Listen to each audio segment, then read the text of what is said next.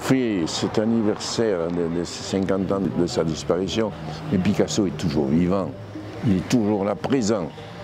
Et demain, après-demain, dans ces jours de réjouissance, il sera auprès de nous, bien vivant. Dominique Sassi, la simplicité. Vous savez, on voit Picasso dans les rues de Vallauris s'adresser, dire bonjour à tout le monde, venir chercher ses cigarettes au bar du coin. Même il décide de se marier dans l'ancienne mairie qui est à côté de nous, là, cette belle mairie. Il se marie avec Jacqueline dans l'intimité la plus profonde, il n'y a personne. Et tout ça, cette vie s'arrêtait évidemment chez le coiffeur Arias, où là il se racontait des histoires, sans doute politiques aussi, mais tout ça le rendait heureux, Picasso.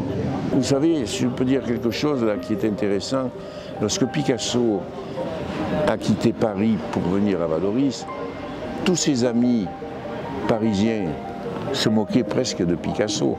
Lui qui a fait l'époque bleue, l'époque rose, le cubisme, peint Guernica, comment se fait-il que maintenant il fait des pots? Mais c'est un sous-art. Voilà ce que disait la presse artistique de l'époque. Mais Picasso persévérait du fait que les amis parisiens venaient le voir, les grands amis comme Paul Éluard, Aragon, tous ces poètes venaient à l'atelier voir Pablo. Ça me rappelle ma jeunesse aussi, ça me rappelle Pablo, et que pourtant pour moi il est vivant, mais c'est autre chose. Et puis Jacqueline que j'aimais beaucoup, vous savez c'est très difficile.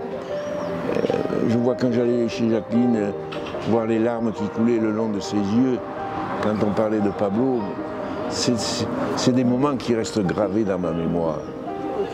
Vallauris, de tradition, était une ville, une cité très ouvrière. D'ailleurs, je note chaque fois que Picasso nous avait dit dans l'atelier « Je suis un ouvrier potier parmi les potiers de Vallauris ». Vous voyez, là on voit tout l'esprit de Picasso dans cette petite phrase. Il y avait quand même 2000 employés qui travaillaient. C'était vraiment la cité ouvrière. Et peu à peu, la poterie culinaire disparaît par la naissance de l'aluminium, bien sûr. Là, tout le monde change, tout change évidemment. Et tous ces artistes vont se greffer autour de Picasso. Et un nouvel élan se produit, ce sera la poterie artisanale de qualité et artistique aussi. Picasso, c'est toujours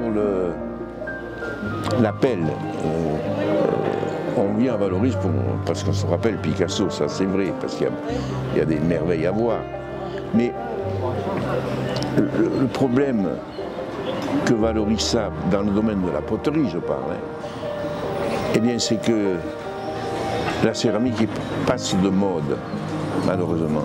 Et toutes les villes de Provence que nous avons, Dieu le fit, toutes ces belles villes qui ne vivaient que de la poterie, bien meurent aussi, parce qu'il y a un désintéressement. Et bien sûr, on essaye de donner, et le maire s'y acharne pour qu'il y ait des gens qui s'installent. C'est vrai, il y a des personnes qui commencent à s'installer. Il y a encore de très bonnes choses. Les artisans font des pièces merveilleuses et ils gagnent bien leur vie aussi. Donc il y a toujours quand même ce passé, mais c'est l'esprit des gens qui a changé. Et lorsque l'homme au mouton a été dressé sur son socle, il y avait plus de 2000 personnes. C'était incroyable. Il y a peu de villes ou de villages qui peuvent s'enorgueillir de posséder la sculpture de l'homme au mouton, par exemple. Et puis alors, il nous lègue La guerre et la paix, qui est le plus grand tableau que jamais Picasso ait peint. Donc, comme je vous disais, aucun village, ville de France, même de Navarre, peut s'enorgueillir de posséder tant de chefs-d'œuvre dans sa ville.